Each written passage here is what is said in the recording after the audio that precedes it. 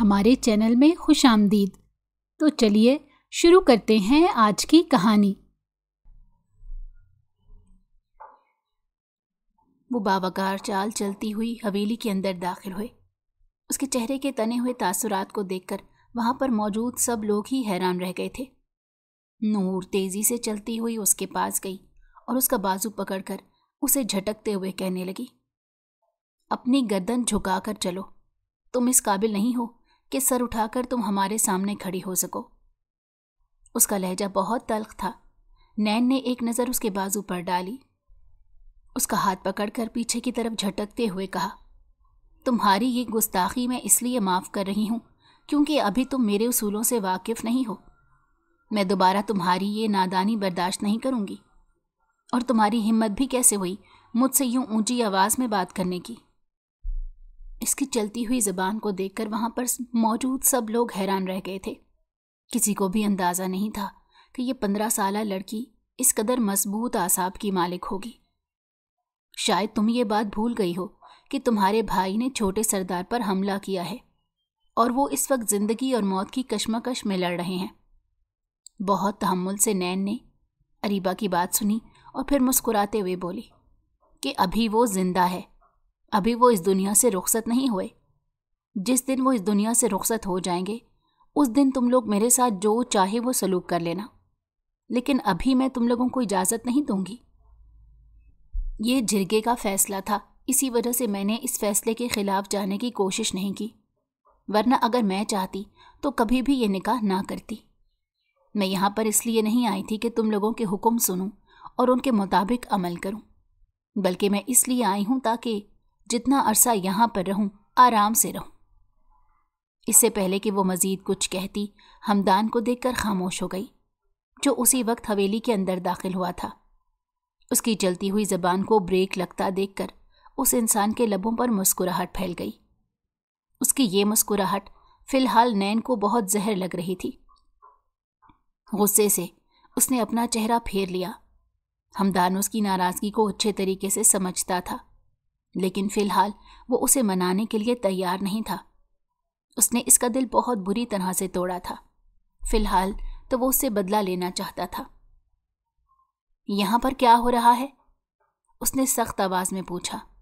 اس کی آواز سن کر ماں نوشین بیگم تیزی سے آگے بڑھیں اور اس کو کہنے لگی، ذرا اس لڑکی کی زبان تو دیکھو، ابھی سے یہاں پر آئے ہوئے ذرا دیر نہیں گزری اور یہ ہم پر حکم چلانا شروع ہو گئی ہے۔ تم اسے ذرا سی اس کی اوقات بتاؤ کہ یہ یہاں پر ایک نوکرانی کی حیثیت سے رہے گی۔ یہ اپنے آپ کو ملکہ سمجھ رہی ہے۔ ماں کی بات سن کر وہ اس عورت کی طرف پلٹا اور اس کی آنکھوں میں دیکھ کر غراتے ہوئے بولا، تم نے وہ سب کچھ سن لیا ہے جو میری ماں نے کہا ہے؟ اگر مجھے تمہارے خلاف کوئی شکایت ملی تو مجھ سے برا کوئی نہیں ہوگا۔ اس سے پہلے کہ وہ وہاں سے جاتا، سنیے شاہ جی، میں نے تو وہ سب کچھ سن لیا اور سمجھ بھی لیا ہے جو کچھ آپ کی ماں نے کہا ہے، لیکن شاید آپ ابھی تک میری بات نہیں سمجھے۔ میں نے پہلے بھی آپ کو بتایا تھا اور اب بھی بتا رہی ہوں کہ میں کسی بھی قسم کا ظلم اور جبر برداشت نہیں کروں گی۔ اگر کسی نے میرے ساتھ زیادتی کرنے کی کوشش کی تو میں اس کے خلاف چلی جاؤں گی۔ مجھے پولیس اسٹیشن کا بھی راستہ پتہ ہے اور یہ بھی پتہ ہے کہ کیسے اپنے حقوق کے لیے لڑنا ہے۔ اگر میں خاموش ہوں اور آپ لوگوں کی عزت کر رہی ہوں تو اس کا یہ مطلب نہیں ہے کہ آپ لوگ میرے سر پر چڑھ کر ناچنا شروع کر دیں۔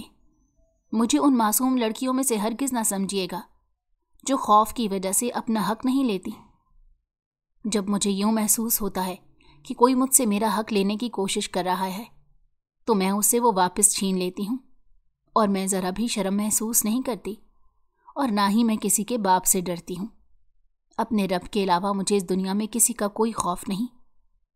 مضبوط لہجے میں وہ اپنی بات مکمل کر کے نوکرانی کی طرف متوجہ ہوئی اور اسے پوچھنے لگی، مجھے بتاؤ میرا کمرہ کہاں ہے، بلکہ مجھے اپنے صاحب کے کمرے کے بارے میں بتاؤ۔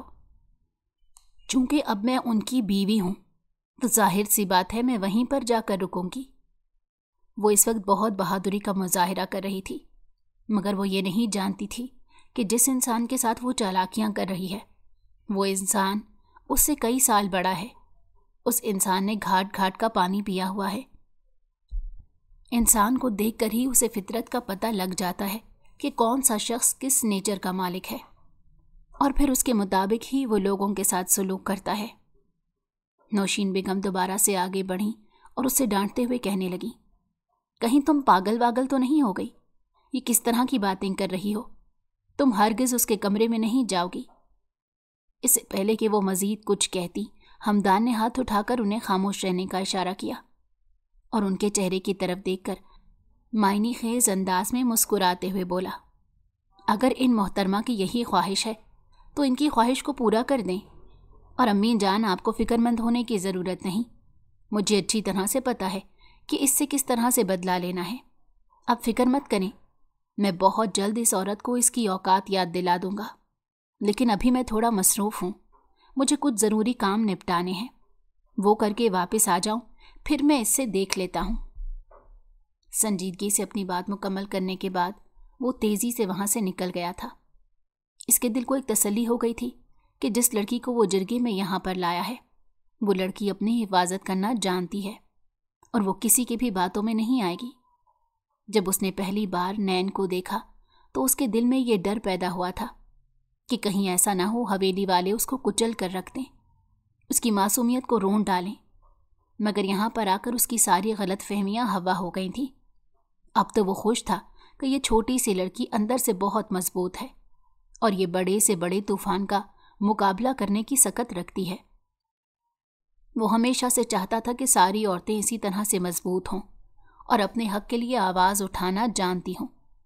उसे उन लड़कियों से शदीद नफ़रत थी जो डरपोक होती थीं और जो ऊंची आवाज़ पर खामोश हो जाती थीं या डर कर कहीं दुबक जाती थीं। उसे इस तरह की लड़कियों से चिढ़ होती थी।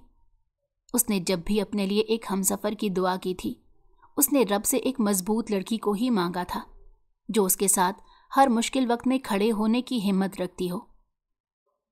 घर वालों को हिदायत जारी करने के बाद वो तेज़ी से हवेली से बाहर निकल गया। अब उसका रुख पुलिस स्टेशन की तरफ था। उसे किसी तरह से उस केस के बारे में पता लगाना था जहां उसे झोल नज़र आ रहा था। उसे अच्छी तरह से अंदाज़ा था कि कहीं ना कहीं कोई ना कोई गड़बड़ ज़रूर छुपी है, और जिस तरह से पुलिस अपना काम कर रही थी, साफ जाहिर हो रहा था कि वो भी उसे कुचलने का इरादा कर चुका था कि चाहे कुछ भी हो जाए, वो सच सारी दुनिया के सामने लाकर ही रहेगा। जैसे ही वो अंदर दाखिल हुआ, इंस्पेक्टर उसे देखकर जल्दी से अपनी जगह पर खड़ा हो गया और मुस्कुराते हुए कहने लगा, अरे साहब, आप इस वक्त यहाँ पर आ गए। मुझे आपके आने की बिल्कुल उम्मीद नहीं थी। शुक्र करो कि मैं यहाँ पर आ गया हूँ, वरना अगर मैं तुम्हें अपने पास बुला लेता तो तुम्हारे जाने की कोई उम्मीद ना बचती। उसने सख्त लहजे में कहा था। उसका अंदाज बहुत चुभता हुआ था। इंस्पेक्टर का दिल तेज़ी से धड़का। उसे शिद्दत से कुछ गलत होने का एहसास हुआ।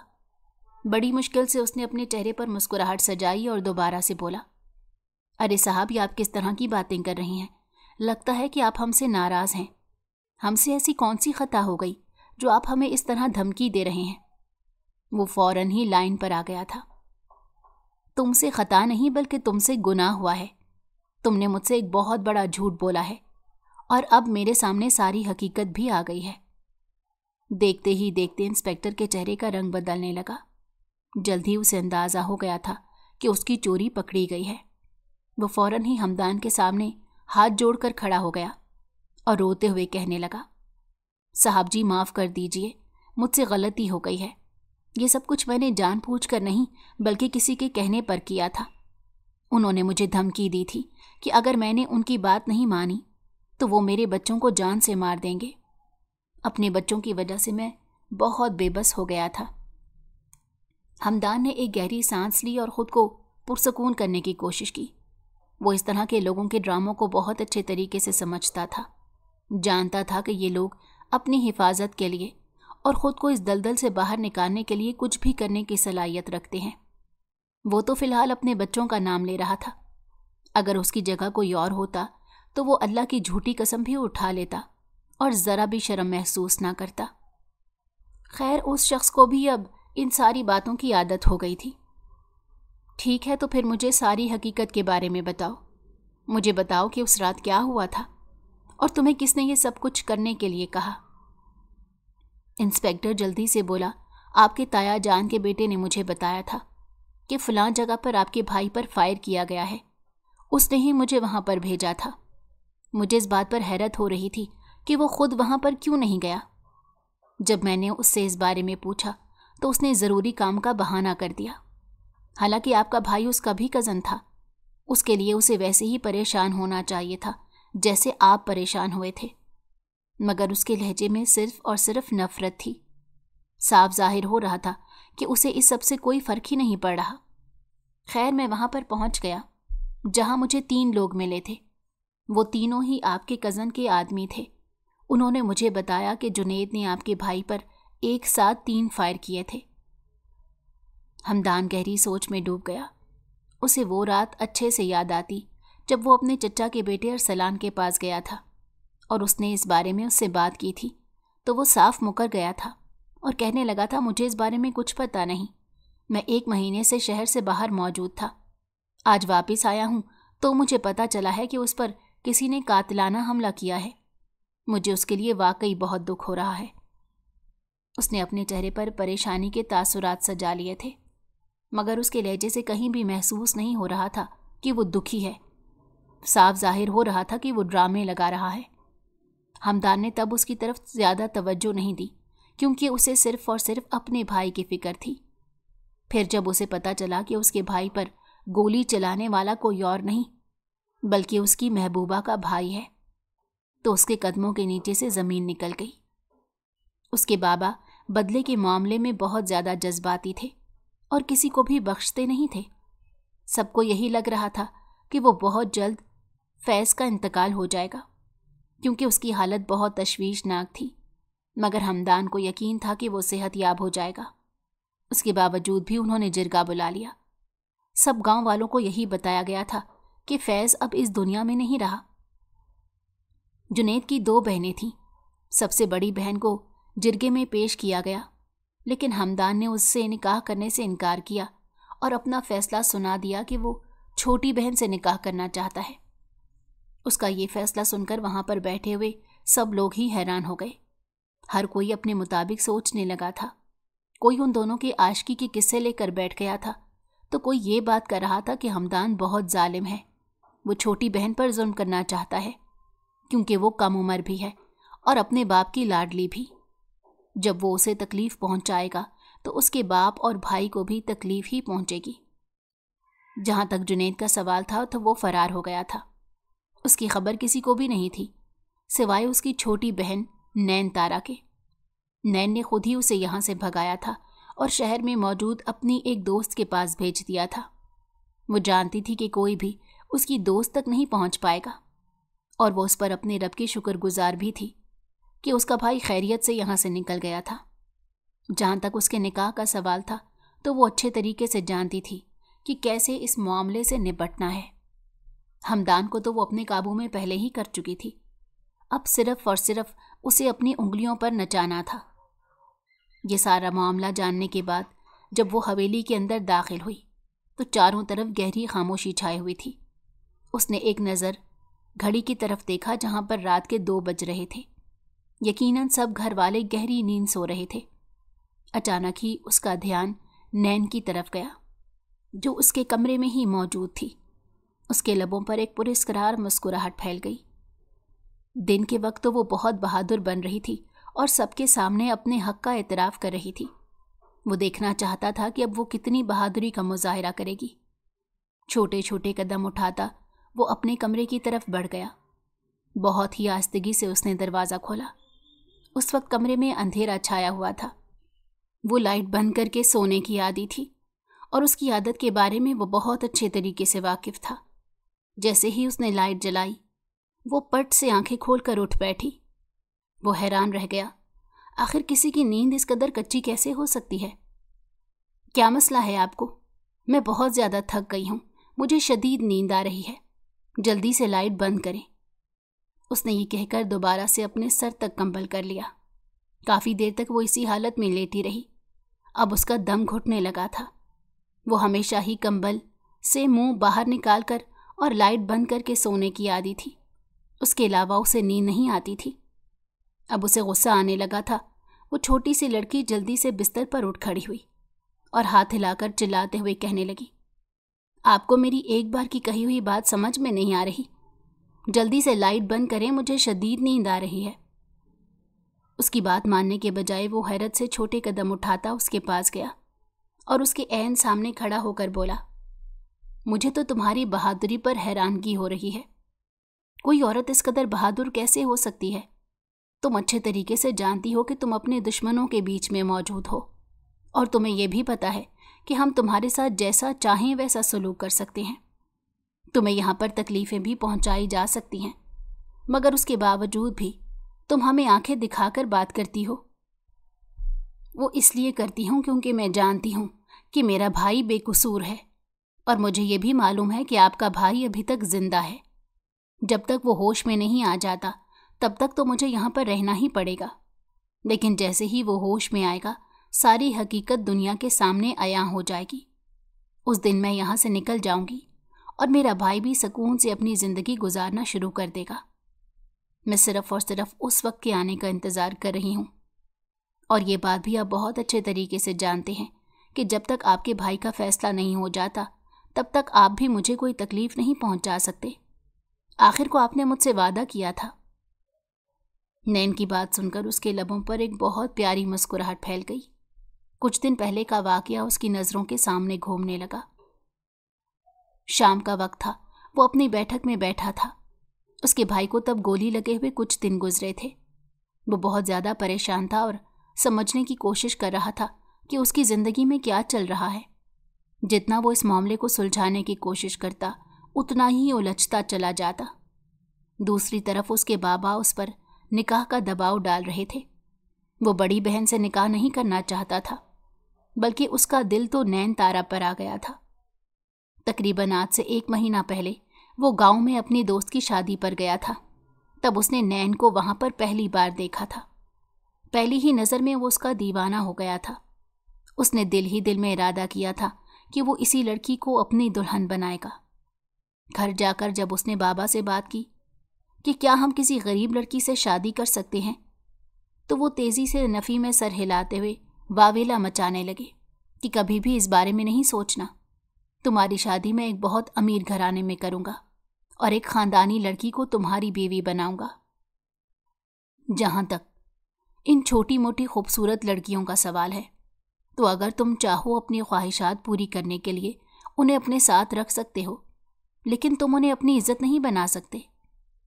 हमदान शाह ने अपनी ज़िंदगी के 8 साल मुल्क से बाहर गुजारे थे, मगर उसके बावजूद भी उसकी सोच इस कदर गंदी नहीं हुई थी जितनी गंदी सोच उसके बाबा की थी। वो सोच भी नहीं सकता था कि वो लड़कियों के बारे में इस तरह का गुमान रखते हैं। उस दिन उसे बहुत अफसोस हुआ, मगर उसने अपने बाप को कुछ भी नहीं कहा था।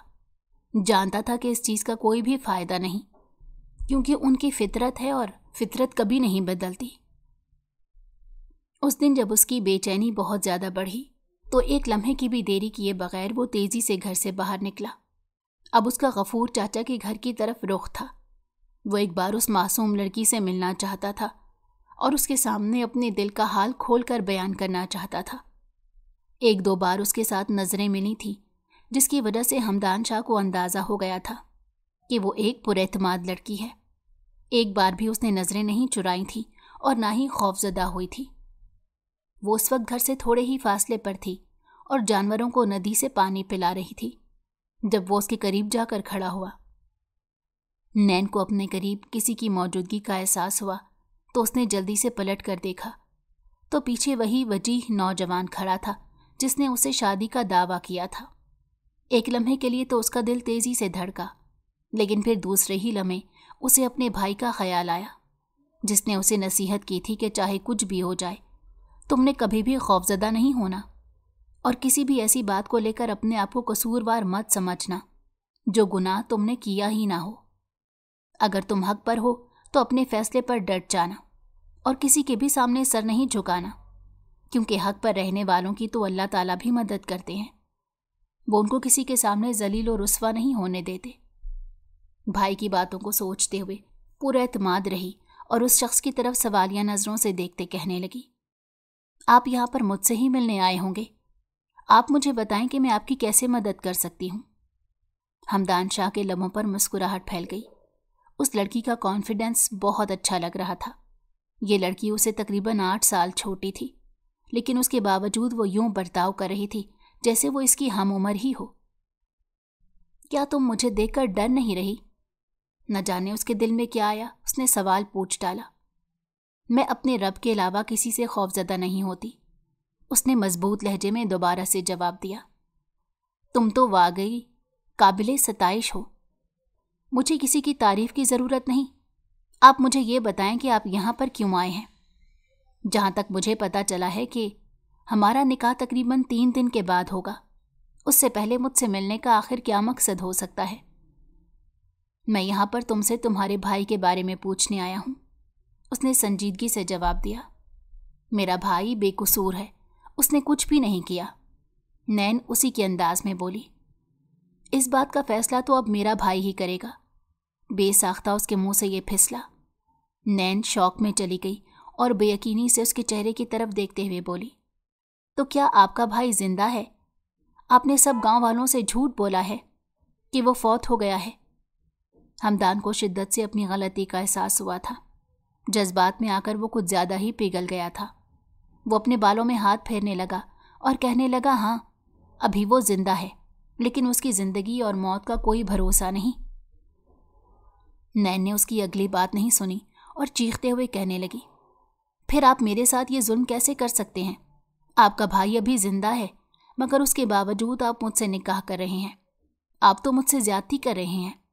या तो वो इस दुनिया से रुखसत हो जाता, तब आप जिरगा बुलाते और वनी का मुतालबा करते। देखो लड़की, मैंने तुम्हें इस वजह से नहीं बताया कि तुम मेरे सर पर चढ़कर नाचना शुरू कर दो। मुझे तुम्हारी मदद की ज़रूरत है। मैं जानता हूँ कि जब तक हम दोनों का निकाह नहीं हो जाता, हम दोनों एक नहीं हो जाते, तब तक हम इस मसले को नहीं सुलझा पाएंगे। तुम्हारा मानना यह है कि तुम्हारा भाई बेकसूर है, लेकिन तुम्हारे पास इसका कोई सबूत नहीं, और मेरे भाई की भी ज़िंदगी का कोई भरोसा नहीं। तो जब तक वो होश में नहीं आ जाता, तो तब तक हम दोनों मिलकर इस राज से पर्दा उठाएंगे और पता लगाएंगे कि कौन है जिसने ये सारा खेल खेला। नैन बहुत ही गौर से उसकी बातें सुन रही थी। जब वो खामोश हुआ तो वो उसकी आंखों में देखते कहने लगी, तो क्या उसके लिए आपसे निकाह करना ज़रूरी है?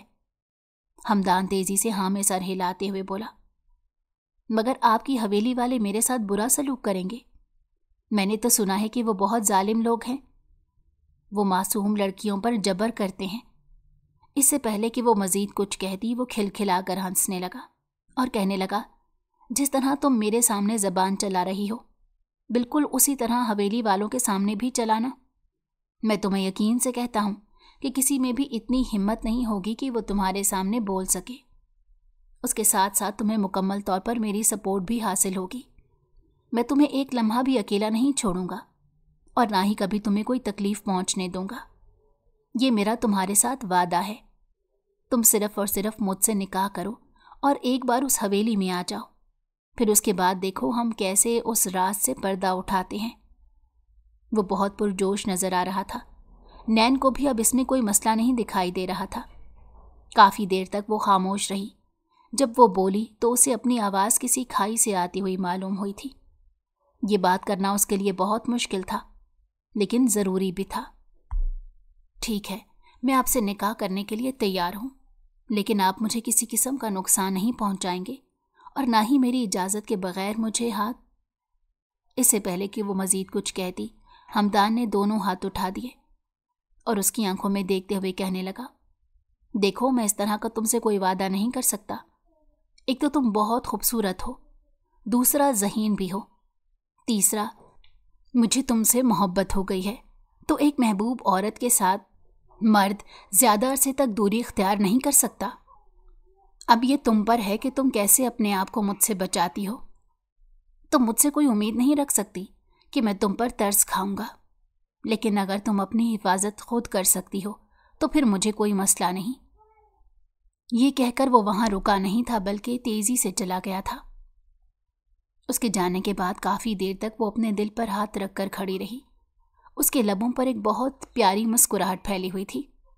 حالات ٹھیک نہیں تھے مگر اسے سب کچھ بہت اچھا لگ رہا تھا۔ یہ انسان اسے 2 سال سے پسند تھا۔ جب سے وہ بیرون ملک سے واپس آیا تھا تبھی وہ اس پر فدا ہو گئی تھی۔ دراصل ان کے گاؤں میں کم عمری میں ہی لڑکیوں کی شادی کر دی جاتی تھی۔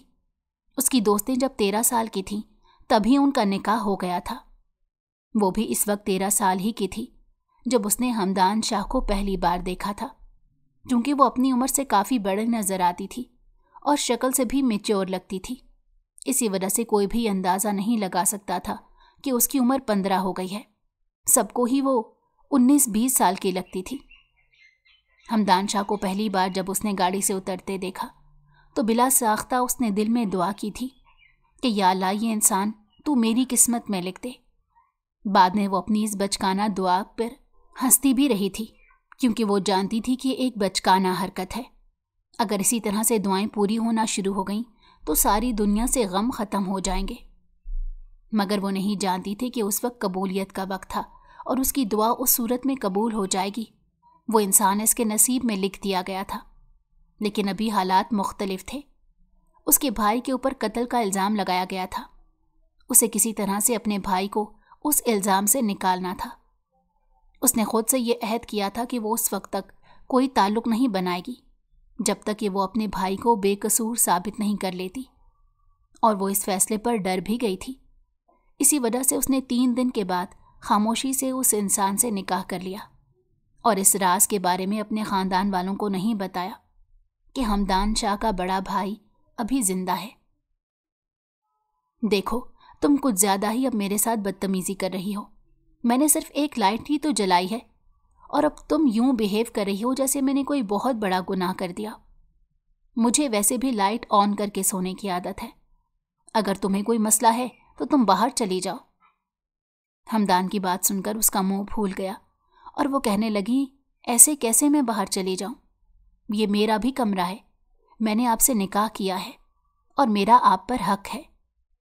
یہ بات کہہ کر وہ یکدم خاموش ہو گئی۔ اسے شدت سے اپنی غلطی کا احساس ہوا تھا۔ ہمدان شاہ کے چہرے پر ایک بہت پیاری مسکراہٹ پھیل گئی۔ وہ تیزی سے اس کے پاس گیا اور اس کے کندھے پر ہاتھ رکھتے بولا، تو پھر تو مجھے بھی یہ کہنا چاہیے کہ میرا حق ہے، اور میں اپنا حق اگر چاہے تو وصول بھی کر سکتا ہوں۔ کہ آپ مجھے میرا حق دینے کے لیے تیار ہیں؟ اس نے شرارتی انداز میں پوچھا تھا۔ دوسری طرف اس کے ہاتھ پاؤں پھول گئے تھے۔ اس کا پورا وجود شرم کی وجہ سے کانپنے لگا تھا۔ اس نے تیزی سے نفی میں سر ہلایا اور پیچھے کی طرف ہٹتے ہوئے کہنے لگی، آپ نے میرے ساتھ وعدہ کیا تھا۔ جواب میں وہ بولا، کیا تم بہت جلد باتیں بھول جاتی ہو؟ میں نے تمہیں کہا تھا اگر تم چاہو تو خود کو مجھ سے بچا سکتی ہو، ورنہ اگر میں نے تمہیں پکڑ لیا تو پھر بچنا مشکل ہو جائے گا۔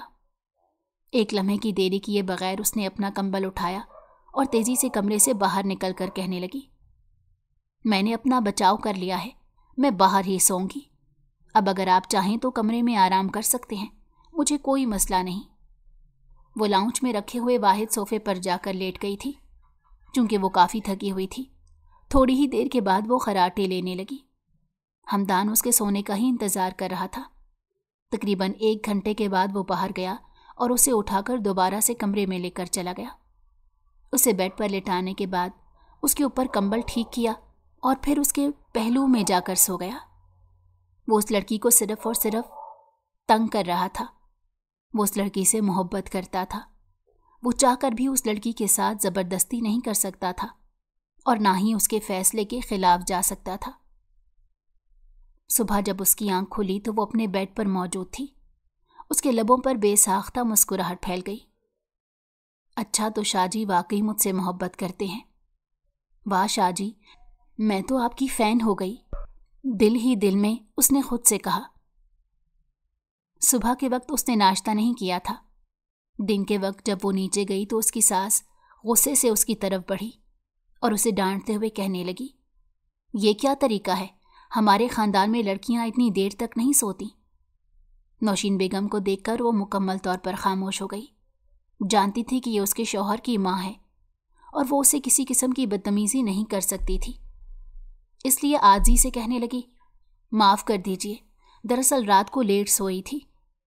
اریبہ جو کہ بہت غور سے اس کی بات سن رہی تھی، तेजी से चलती हुई उसके पास गई और उसके बाजू को पकड़कर दोबारा से झटका देते हुए कहने लगी, तुम्हें अंदाजा होना चाहिए कि सुबह उठकर तुमने हवेली के काम करने हैं, इसी वजह से रात के वक्त में जल्दी सोना चाहिए। शायद आप ये बात भूल गए हैं कि मेरी अभी नई नई शादी हुई है और मुझे अपने शौहर को भी वक्त देना पड़ता है। ये बात उसने अरीबा की आंखों में देखते हुए कही थी, ताकि उसे ये एहसास दिला सके कि जिस इंसान के पीछे वो भाग रही है, नैन उस इंसान को हासिल कर चुकी है। दूसरी तरफ उसके चेहरे के तासुरात एकदम बिगड़ गए थे। उसकी आंखों में खून उतर आया था। उसने उंगली उठाकर धमकी देने वाले अंदाज में कहा, तुमसे तो मैं बहुत अच्छे तरीके से निपट लूंगी। तुम्हें ऐसा मजा चखाऊंगी कि तुम कहीं भी मुंह दिखाने के काबिल नहीं रहोगी। ये कहकर वो वहां पर रुकी नहीं थी, बल्कि तेजी से अपने कमरे की तरफ बढ़ गई थी। उसकी आंखों से तेजी से आंसू बह रहे थे। उसने फैसला किया था कि रात के वक्त वो अपने भाई से बात करेगी कि जिस तरह से उसने फैज़ पर हमला करवाया है और उसे अपने रास्ते से हटाने की कोशिश की है, बिल्कुल उसी तरह से इस लड़की को भी रास्ते से हटा दे, क्योंकि अब वो उसकी मौजूदगी मज़ीद बर्दाश्त नहीं कर सकती। शाम के वक्त जब उसने अपने भाई से इस बारे में बात की तो वो पुरस्कार अंदाज में मुस्कुराने लगा और उससे कहने लगा, तुम फिक्र मत करो, मैंने उसका भी बंदोबस्त कर लिया है। मुझे अच्छे तरीके से पता है कि उसके साथ क्या करना है। अब तुम देखो मैं कैसे चाल चलता हूँ और उन दोनों को ही इस जाल में फंसा दूंगा। वो दोनों एक दूसरे से नफरत करने लगेंगे। दरअसल अरसलान को ये पता चला कि नैन ने फैज़ से मिलने की फरमाइश की है। वो उससे एक बार मिलने के लिए अस्पताल जाना चाहती है। अब तुम देखो कि इनके साथ होता क्या है। ये कहकर वो खिलखिलाकर हंसने लगा। अरीबा को उसकी किसी बात की समझ नहीं आ रही थी, लेकिन उसे इतना अंदाजा हो गया था कि उसका भाई दोबारा से एक नई चाल चल चुका है। अल्लाह करे ऐसा ही हो। उसने दिल ही दिल में दुआ की और तेजी से कमरे से बाहर निकल गई। दूसरी तरफ वो मुसलसल कमरे में चक्कर काट रही थी। उसने अरसलान की मदद से फैज़ से मिलने का फैसला तो कर ही लिया था। अब उसे ये डर था कि कहीं ऐसा ना हो हमदान को इस बारे में पता चल जाए। थोड़ी देर के बाद जब वो कमरे के अंदर दाखिल हुआ तो वो मुस्कुराते हुए उसके चेहरे की तरफ देखने लगी और उससे उसका हाल चाल पूछने लगी। दूसरी तरफ उसे खुशगवार हैरत हुई। खैरियत तो है, आज आपको हम पर इतना प्यार आ रहा है। उसकी बात सुनकर वो फीके से अंदाज में मुस्कुराई और बोली, बस किया करें, अब अंदाज़ा हो गया है कि सारी ज़िंदगी आपके साथ ही रहना है, तो नफ़रत की बजाय प्यार करने का फ़ैसला कर लिया है। इससे पहले कि वो मज़ीद कुछ कहती, हमदान ने उसका बाजू पकड़ा और उसे अपनी तरफ खींचते बोला, तो फिर करीब आओ ना, दूर से प्यार करने का क्या फ़ायदा। उसकी साँसें एकदम रुक गई थीं। वो बेचैनी से खुद को छुड़वाने की कोशिश करने लगी, लेकिन दूसरी तरफ उसकी गिरफ्त बहुत मजबूत थी। वो बहुत गौर से उस मासूम सी लड़की के चेहरे की तरफ देख रहा था और अंदाज़ा लगाने की कोशिश कर रहा था कि उसके जहन में क्या चल रहा है, मगर यहाँ पर हमदान शाह फेल हो जाता था। आज तक वो पता नहीं लगा पाया था कि ये लड़की क्या सोचती रहती है, क्योंकि हमेशा ये जो सोचती थी उसका उलट ही करती थी। प्लीज़ छोड़ें मुझे, कोई आ जाएगा। अभी उसने बात मुकम्मल नहीं की थी कि दूसरी तरफ हमदान ने टांग मारकर दरवाज़ा बंद कर दिया और उसकी आंखों में देखते हुए बोला, अब तो किसी की आने का डर नहीं। मगर उसकी बदकिस्मती कि दरवाज़ा लॉक नहीं था। अरीबा जल्दी से कमरे के अंदर दाखिल हुई। सामने का मंजर देखकर उसकी आंखों में खून उतर आया और वो ऊंची आवाज़ में चिल्लाते हुए बोली, नैन, तुम अभी तक कमरे में क्या कर रही हो? जल्दी से बाहर आओ, तुम्हारे लिए बहुत सारे काम पड़े हैं। उसने रोब जमाने की कोशिश की थी। उसका यह अंदाज हमदान को पसंद नहीं आया। उसने नैन को आहिस्तगी से छोड़ा और अरीबा के चेहरे की तरफ देखते हुए नफरत आमेज लहजे में बोला, सबसे पहली बात तो ये कि नैन इस घर की नौकरानी नहीं है, और दूसरी और अहम बात ये कि तुम्हें शायद तमीज़ सीखने की ज़रूरत है। किसी के कमरे में जाने से पहले दरवाजे पर दस्तक दी जाती है, जबकि तुम्हें अंदाज़ा भी है कि ये कमरा एक नए शादीशुदा जोड़े का है। तुम कैसे यूँ इजाज़त लिए बग़ैर कमरे में दाखिल हो सकती हो? तुम्हारी ये ख़ता पहली और आखिरी समझकर माफ़ कर रहा हूँ। अगर दोबारा तुमने इस तरह की गलती करने की कोशिश की تو اس کی معافی نہیں بلکہ تمہیں سزا ملے گی۔ چلو اب جلدی سے باہر نکلو۔ اس کو ذلیل کرنے کے بعد وہ اسے اپنے کمرے سے نکال چکا تھا۔ وہ روتی ہوئی تیزی سے باہر نکلی۔ وہ سیدھی اپنے بھائی کے کمرے میں گئی اور چلاتی ہوئی بولی، اگر آج تم نے اس لڑکی کا کام تمام نہیں کیا تو میں اپنی جان لے لوں گی۔ اپنی بہن کی وجہ سے وہ بہت پریشان رہنے لگا تھا۔ جب تک نین اس حویلی میں نہیں آئی تھی تب تک اس کی بہن کھیلتی رہتی تھی۔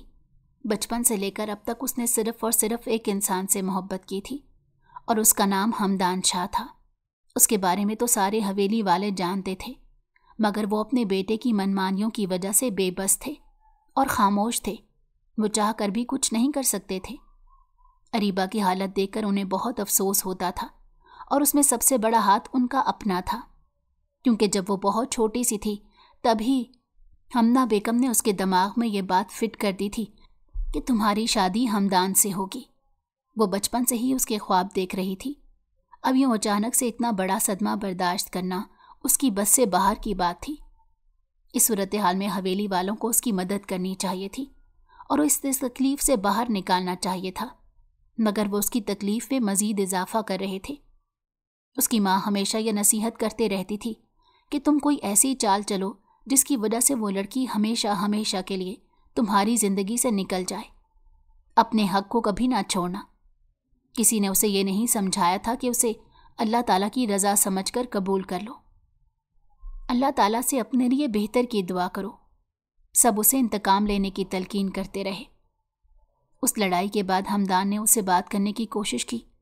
جو بھی تھا وہ اس کی کزن تھی اور بچپن سے لے کر اب تک وہ اس کے ساتھ ہی رہی تھی۔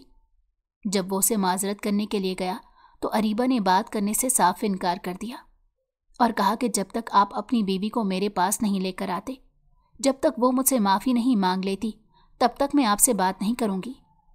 ہمدان نے اسے اس کے حال پر ہی چھوڑ دیا، کیونکہ وہ اپنی بیوی سے کبھی یہ سب نہیں کروا سکتا تھا۔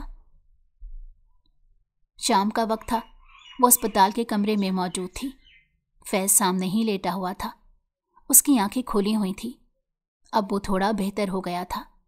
جس اسپتال میں اسے رکھا گیا تھا اس کے بارے میں صرف حویلی والے جانتے تھے، کسی کو بھی خبر نہیں تھی، چونکہ وہ یہاں پر ایک خاندانی نوکر کے ساتھ آئی تھی، جس کی وجہ سے ڈاکٹروں نے ملنے کی اجازت دے دی تھی۔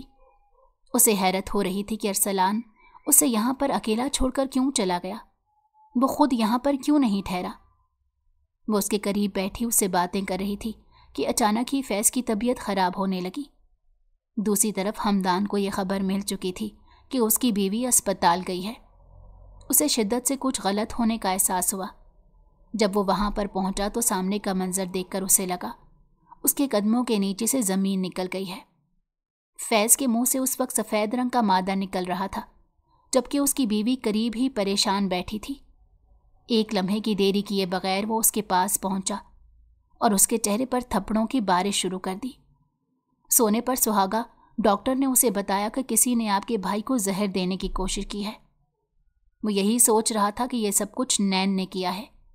صورتحال ہی ایسی پیدا ہو گئی تھی کہ وہ کچھ سوچ سمجھ نہیں پا رہا تھا۔ پھر وہ اسے گھسیٹتے ہوئے واپس حویلی لے کر گیا۔ اس بار اس کا لہجہ اور انداز بدلا ہوا تھا۔ اس بار اس نے سب لوگوں کو ہی کہہ دیا تھا کہ اسے جتنی تکلیفیں پہنچانی ہے پہنچا دو، اس نے میرا مان توڑا ہے۔ فیض کی حالت دوبارہ سے بہت خراب ہو گئی تھی۔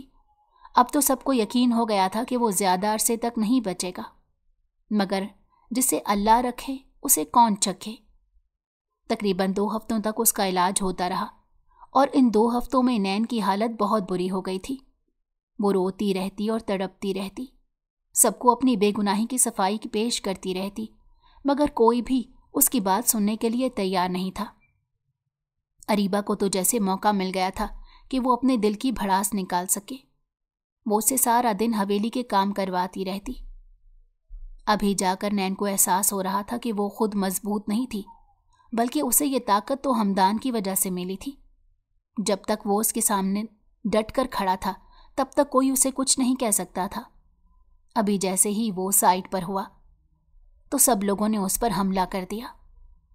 وہ اسے 2-3 بار حویلی میں نظر آیا تو وہ بھاگتی ہوئی اس کے پاس گئی تاکہ اسے بات کر سکے، مگر دوسری طرف ہمدان نے اسے خاموش کروا دیا اور صاف صاف کہہ دیا کہ میں نے تم سے کوئی بات نہیں کرنی، بہتر یہی ہے کہ مجھ سے 100 فٹ کے فاصلے پر رہو۔ یہ سب دیکھ کر اسے بہت دکھ ہوتا تھا، مگر وہ اب صبر کرنے کے علاوہ اور کچھ کر نہیں سکتی تھی۔ اس بار جب فیض کو ہوش آیا تو سب سے پہلے اس نے ہمدان کو اپنے سامنے طلب کیا۔ اس بار اس کی حالت کے بارے میں ارسلان کو بھی نہیں پتا تھا۔ وہ بہت بے چین تھا اور پاگلوں کی طرح تلاش کر رہا تھا کہ اسے کس اسپتال میں رکھا گیا ہے۔ اس نے اپنے بھائی کو ساری حقیقت بتا دی کہ اس پر گولی چلانے والا کوئی اور نہیں بلکہ ارسلان تھا اور الزام جنید پر لگا دیا گیا تھا۔ اس بار اسے نین نے زہر نہیں دیا تھا، بلکہ وہ یقین سے کہہ سکتا تھا کہ زہر دینے والا بھی اس کا اپنا کزن ہی تھا۔ دراصل آج سے 3 مہینے پہلے اس کی ارسلان سے اچھی خاصی دوستی تھی، لیکن کچھ عرصہ بعد یہ دوستی نفرت میں بدل گئی، کیونکہ فیض ذہانت کے معاملے میں تیز تھا۔ دوسری طرف ہمدان کو سیاست سے دلچسپی تھی، اسے سرداری کا کوئی شوق نہیں تھا۔ ارسلان کو ڈر تھا کہ کہیں ایسا نہ ہو اس کے بجائے فیض کو سردار بنا دیا جائے۔ اس وجہ سے وہ اسے ایک ویران جگہ پر لے کر گیا تاکہ اس کا کام تمام کر سکے۔ جنید کی بدقسمتی یہ تھی کہ وہ بھی اس وقت وہاں پر موجود تھا۔ پرانی دشمنی کے تحت اس نے سارا الزام جنید پر لگا دیا، اور یوں اس نے اپنے دونوں دشمنوں کو اپنے راستے سے ہٹانے کی ہر ممکن کوشش کی، مگر اس کی بدقسمتی یہ تھی کہ دونوں بچ گئے تھے۔ جنید کو واپس گاؤں میں بلا لیا گیا اور اس نے معافی مانگ لی۔ اس کے علاوہ اس کے گھر والوں تک کو ایک موٹی رقم بھی دی گئی تھی، جس سے ان کے گھر کے حالات بہتر ہو گئے تھے۔ دوسری طرف جب نین کو پتہ چلا تو وہ ایک ہی ضد کر رہی تھی کہ مجھے یہاں پر نہیں رہنا، مجھے اپنے گھر واپس جانا ہے۔ اب ان ساری چالوں سے تھک چکی تھی، اسے یہ گندی زندگی نہیں چاہیے تھی، وہ تو ایک پرسکون زندگی گزارنے کی عادی تھی۔ جب ہمدان اس کے پاس گیا تو اس نے اس کی آنکھوں میں دیکھتے ہوئے کہا، مجھے تم سے طلاق چاہیے۔ اس سے پہلے کہ وہ مزید کچھ کہتی، اس کا ہاتھ اٹھا اور نین کے چہرے پر نشان چھوڑ گیا۔ میں تمہیں مرتے دم تک نہیں چھوڑوں گا۔ آج تو تم نے یہ بات کر لی ہے، لیکن دوبارہ بات کرنے سے پہلے اس تھپڑ کو یاد رکھنا۔ میں جانتا ہوں میں نے تمہارے ساتھ زیادتی کی، لیکن اس میں تمہارا اپنا بھی قصور تھا۔ تمہیں اسپتال جانے سے پہلے مجھ سے کم از کم ایک بار مجھے بتانا چاہیے تھا۔ تم نے مجھ سے چھپایا، جس کی وجہ سے میرا شک تم پر گیا۔ اب چونکہ سب کچھ ٹھیک ہو گیا ہے تو چلو جلدی سے میرے کمرے میں چلو۔ وہ ابو سے حکم سنا رہا تھا۔ میں اب اپنی ماں کے گھر جاؤں گی۔ جب تک آپ ہر روز آ کر مجھ سے معافی نہیں مانگیں گے تب تک میں واپس نہیں آؤں گی۔ اس نے ایک جھٹکے سے اپنا ہاتھ چھڑوایا اور سامنے کھڑے شخص کی آنکھوں میں دیکھتے ہوئے کہا۔ ہمدان نے ایک ٹھنڈی آہ بھری اور بولا کہ اگر یہ شرط ہے تو ٹھیک ہے، میں ماننے کے لیے تیار ہوں، لیکن مجھے کوئی مدت بتا دو کہ کتنے عرصے تک مجھے یہ سب کرنا ہوگا۔ اس وقت تک جب تک میرے دل میں آپ کے لیے یہ ضد اور نفرت ختم نہیں ہو جاتی۔ وہ دوبارہ سے اپنی ماں کے گھر چلی گئی تھی۔ ہمدان تقریباً 6 مہینے تک روز ہی اس کے گھر کے چکر لگاتا رہا، اور 6 مہینوں کے بعد وہ اس سے راضی ہو گئی۔ اگر آپ کو ہماری کہانی پسند آئی ہو تو ہمارے چینل کو لائک کریں اور سبسکرائب کر دیں۔ بیل نوٹیفیکیشن کو بھی آن کر دیں تاکہ ہماری آنے والی ہر مزیدار کہانی آپ کو وقت پر ملتی رہے۔